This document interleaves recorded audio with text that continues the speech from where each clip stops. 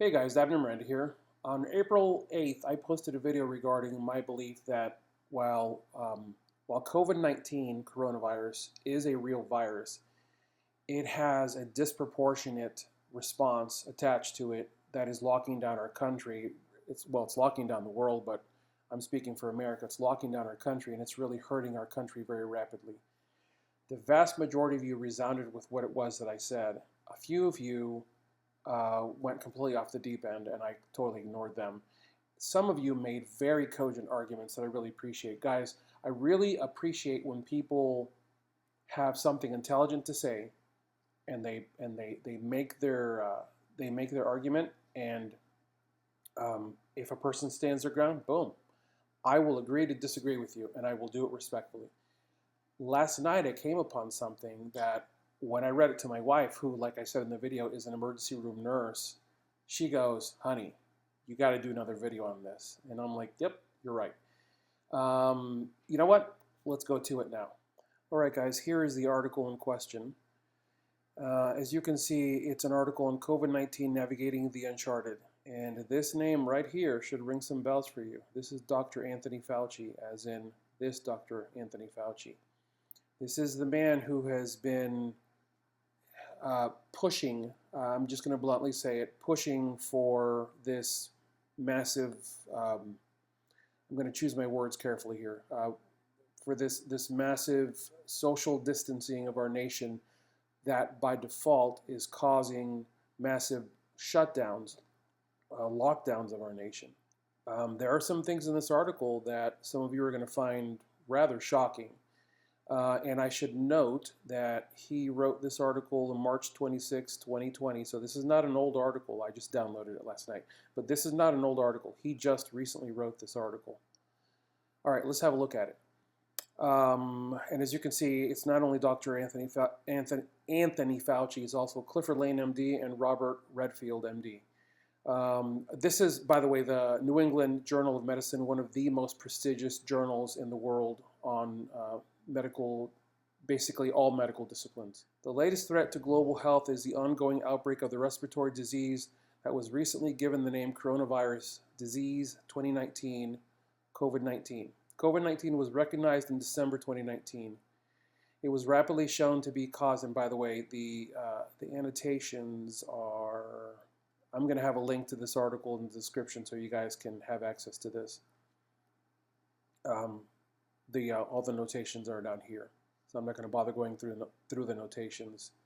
It was rapidly shown to be caused by a novel coronavirus that is structurally related to the virus that causes severe acute respiratory syndrome, SARS, as in two preceding instances of emergence of coronavirus disease in the past 18 years, SARS 2002 and 03 and Middle East Respiratory Syndrome, MERS, 2012 to the present.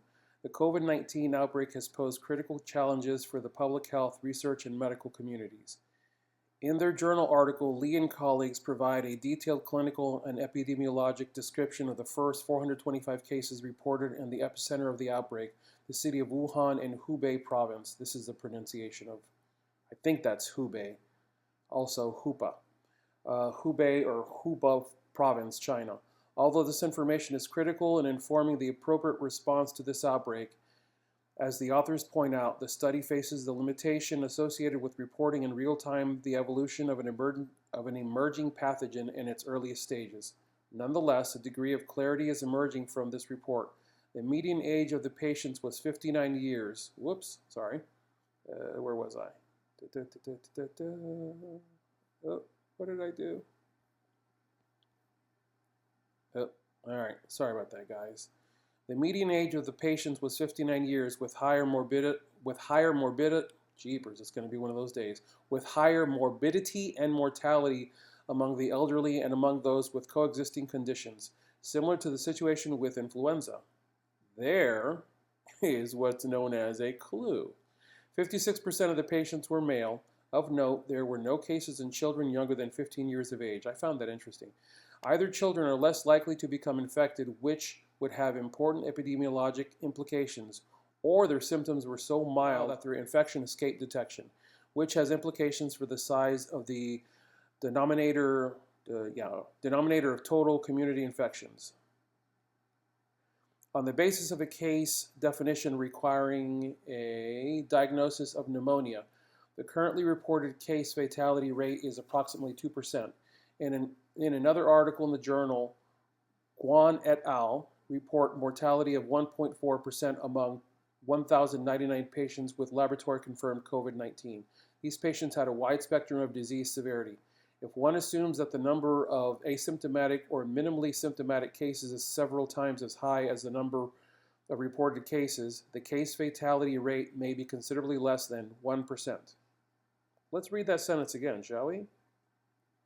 If one assumes that the number of asymptomatic or minimally symptomatic cases is several times as high as the number of reported cases, the case fatality rate may be considerably less than 1%. This suggests that the overall clinical consequences of COVID-19 may ultimately be more akin to those of a severe seasonal influenza, which has a case fatality rate of approximately 0.1%, or a pandemic influenza similar to those in 1957 and 1968, rather than a disease similar to SARS or MERS. All right, let's back up just 1 second, because if one assumes that the number of asymptomatic or minimally symptomatic cases is several times as high as the number of reported cases, the case fatality rate may be considerably less than 1%. Boom. This suggests that the overall clinical consequences of COVID-19 may ultimately be more akin to those of a severe seasonal influenza. Do you understand what he's saying? Basically, okay, let me finish. Which has a case fatality rate of approximately 0.1%, or a pandemic influenza similar to those in 57 and 68, rather than a disease similar to SARS or MERS, which have had case fatality rates of 9 to 10% and 36% respectively. Okay, so what he's basically saying is COVID-19 really needs to be more akin to seasonal influenza, which is basically seasonal flu, rather than comparing it to SARS or MERS, because the percentage rates are 10 and 36% respectively for SARS or MERS. Guys, Dr. Fauci himself just basically said in an article written when? March 26, 2020, that COVID-19 has more in common with influenza, the common flu, than it does with SARS or MERS. The efficiency of transmission for any respiratory virus has important implications for containment and mitigation strategies. The current study indicates an estimated basic reproduction rate of 2.2, which means that on average, each infected person spreads the infection to an additional 2 persons. And this right here is the reason that we're getting told that we got to shut down the country, because people are afraid, the medical professionals are afraid that with this, it's going to get spread from one person to the next before it can be caught. But remember, we're talking about mortality rates that are really, really low. As the authors note, until this number falls below 1, it is likely that the outbreak will continue to spread. Okay, and that's true. Real virus, guys, it is a real virus. And yes, the outbreak is basically it's being spread from one person to the next, but it's a real virus with a very, very low mortality rate. Recent reports of high titers of virus in the oropharynx early in the course. Actually, you know what? Let me show this to you guys, because I know some of you are not going to know what oropharynx is. Now it's going to be a pill. Hang on. I want to make sure that I help you guys. Pharynx. Right there. The part of the pharynx that lies between the soft palate and the hyoid bone. The hyoid bone, by the way, is essentially the Adam's apple area, and that's the area that when these bugs set in, that's why the back of your nose and your throat is just on fire. Oropharynx early in the course of disease arouse concern about increased infectivity during the period of minimal symptoms. This is why this type of bug spreads early on, before it gets ugly, because it's right where it can be ejected with sneezing and coughing. China, the United States, and several other countries have instituted temporary restrictions on travel with an eye towards slowing the spread of this new disease within China and throughout the rest of the world. The United States has seen a dramatic reduction in the number of travelers from China, especially from Hubei province. We're almost done, guys. Bear with me. At least on a temporary basis, such restrictions may have helped slow the spread of the virus. whereas 78,191 laboratory-confirmed cases had been identified in China as of February 26, 2020. A total of 2,918 cases had been confirmed in 37 other countries or territories. As of February 26, 2020, there had been 14 cases detected in the United States involving travel to China or close contacts with travelers. 3 cases among U.S. citizens repatriated, and for those that don't know what that word means, boom, that basically means folks that were brought back to our country. Repatriated from China, and 42 cases among U.S. passengers repatriated from a cruise ship where the infection had spread. Remember that one? However, given the efficiency of transmission as indicated in the current report, we should be prepared for COVID-19 to gain a foothold throughout the world, including in the United States. All right?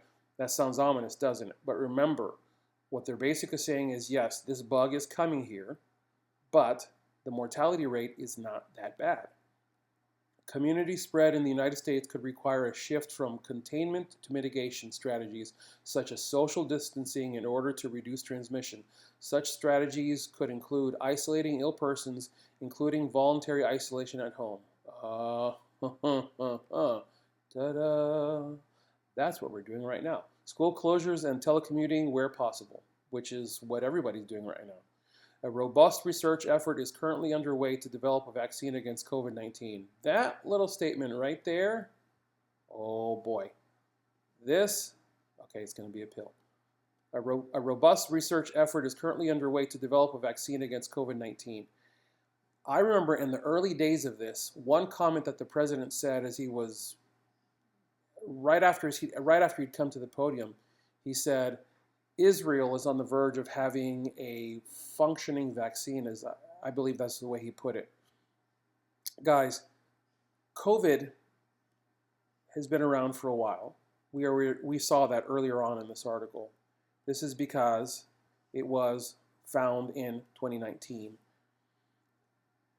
Vaccines, you know what, I'm going to leave that comment alone. Some of you already know where I'm going with that, but I'm going to leave that alone. We anticipate that the first candidates will enter phase 1 trials by early spring. That right there got my wife's eyebrows up last night. Yeah, y'all know. Therapy currently consists of supportive care, while a variety of investigational approaches are being explored. Among these are the antiviral medication lopinavir, ritonavir, boy, these things have interesting names, interferon, the RNA polymerase inhibitor remdesivir, chloroquine, and a variety of traditional Chinese medicine products. Once available intravenous hyperimmune globulin from recovered persons and monoclonal antibodies may be attractive candidates to study in early. I'm so glad I studied medical pronunciation of these things. Anyways, where was I? Maybe attractive candidates to study in early intervention. Critical to moving the field forward, even in the context of an outbreak, is ensuring that investigational products are evaluated in scientifically and ethically sound studies. Yeah, that right there is very important, because the last thing we need is society being used as a guinea pig, because